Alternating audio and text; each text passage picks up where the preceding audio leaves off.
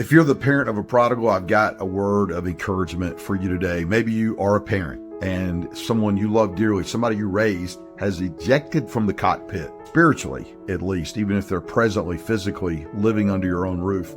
Maybe they're still a teenager or a young adult. They've checked out. Maybe they're making a set of choices, taking that dirty road to flesh land, and you know where that ends up. And it's breaking your heart. I want you to know that you are not alone. First of all, I meet a lot of parents in that boat.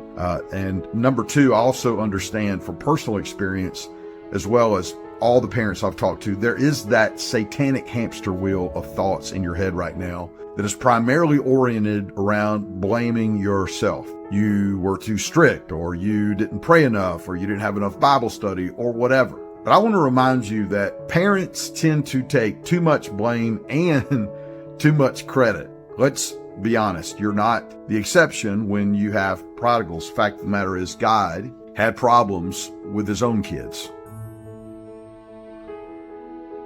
In a perfect environment, with unmitigated access to himself, and they still made a choice. In spite of what he himself told them, warned them about, they still made a choice to distrust God, to trust a lie, to trust a deception from the enemy, in spite of what they had been told and what they had been taught. So I can't imagine you're doing better than God himself in terms of what you're able to give your kids. We say things like this. We say, they should have known better.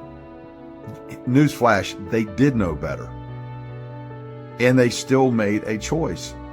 And our kids reach an age where they start making choices that they're having to step over the warnings of Scripture, step over the warnings of mom and dad, step over the warnings even of some of their peers to make the choices they're going to make. And they understand the potential risk that they're heading toward. It's not your fault. It's also not your responsibility. What is your responsibility is two things: love them and pray for them. And by the way, loving them does not mean backing off of your standards. Do not, I've said it before, never apologize for taking a stand on principles that come from God. Never apologize for being in agreement with God. But you also have to be a soft place to land, because what happens is, life reinforces the wisdom of God's ways.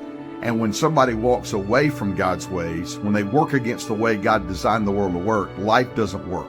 And so we know they're in for a hurting. It's just a matter of time, and they're going to need somebody who is unconditionally available and loving to them. And that's you. Don't blame yourself. Stop beating yourself up. This too shall pass. Be ready, and be ready to take the position of that father who saw the prodigal come home. You know that story. God bless you today.